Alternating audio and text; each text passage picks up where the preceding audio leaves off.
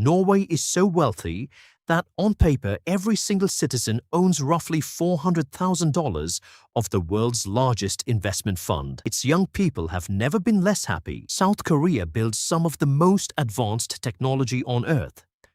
It also just recorded the lowest birth rate ever measured in a developed country. Not a war, not a famine, just a quiet refusal of the future. And in Canada, routinely ranked one of the best countries on Earth to live, the average family now needs over 5 times their income just to buy an average home. 3 of the wealthiest countries on the planet, 3 crises that don't look anything like a recession. By the end of this video, you'll see the one thing all 3 actually have in common, and it isn't their economy. Start with South Korea because the numbers here don't just look bad, they look historically unprecedented. South Korea's fertility rate has fallen to roughly 0.7 births per woman. The country needs 2.1 just to keep its population stable. No country in recorded history has sustained a rate this low outside of wartime or famine. South Korea is doing it in peacetime, at the height of its economic power. Ask young Koreans why, and the answers aren't really about money in the abstract, they're about cost. Housing in Seoul, a brutal work culture, and one of the most expensive, high-pressure education systems on Earth have made starting a family feel less like a milestone and more like a financial risk most people quietly decide not to take. Meanwhile, the generation that built the miracle on the Han River, the boom that made Korea rich in the first place, is being left behind by it. South Korea's elderly poverty rate is 39.7%, nearly 3 times the OECD average of 14.8% and the highest of any developed economy on Earth. The country's pension system was built small and has stayed small, even as costs kept rising. The result is one of the highest suicide rates of any developed nation, concentrated most heavily among the elderly, often described bluntly as people choosing not to become a financial burden on families who can't support them either. Put those 2 facts next to each other, the young aren't having children and the old are being left in poverty. That's not a side effect of prosperity. In Korea's case, it's starting to look like the cost of it. So while a tech superpower like Korea is quietly losing its future, how does Canada, routinely called one of the most livable countries on Earth, end up leaving its own citizens without homes? Let's cross to the other side of the world. Canada's problem is easy to state and just as strange for a country this wealthy. Its own citizens increasingly can't afford to live in it. In 1990, the average Canadian home cost about 2.2 times the average household's annual income.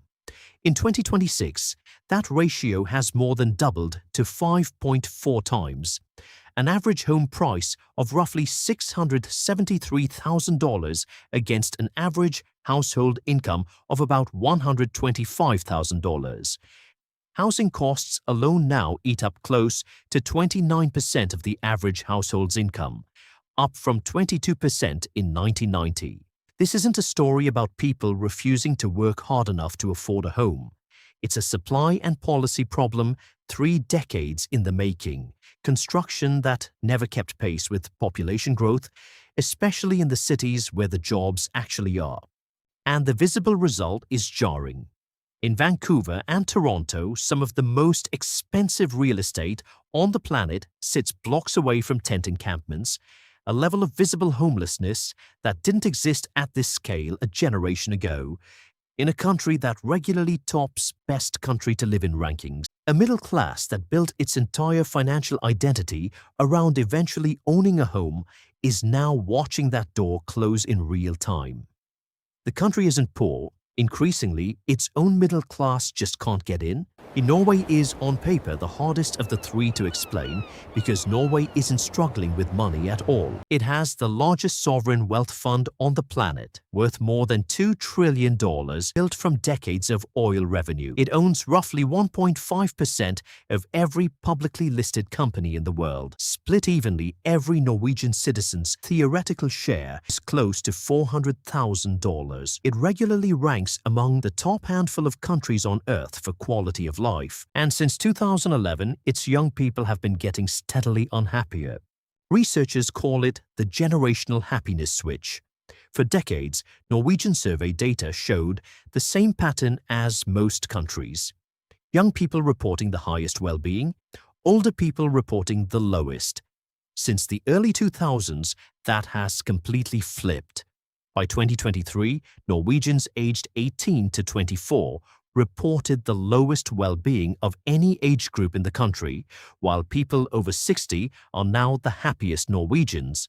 Researchers point to weakening social bonds, rising anxiety about the future, and heavy social media use as the likely drivers, not material deprivation, because materially, this generation has more than almost any young generation in human history. Norway is, in a strange way, the clearest version of the whole video's thesis. It has effectively solved the economic problem, and its youngest citizens are proof that solving the economic problem isn't the same as solving the human one.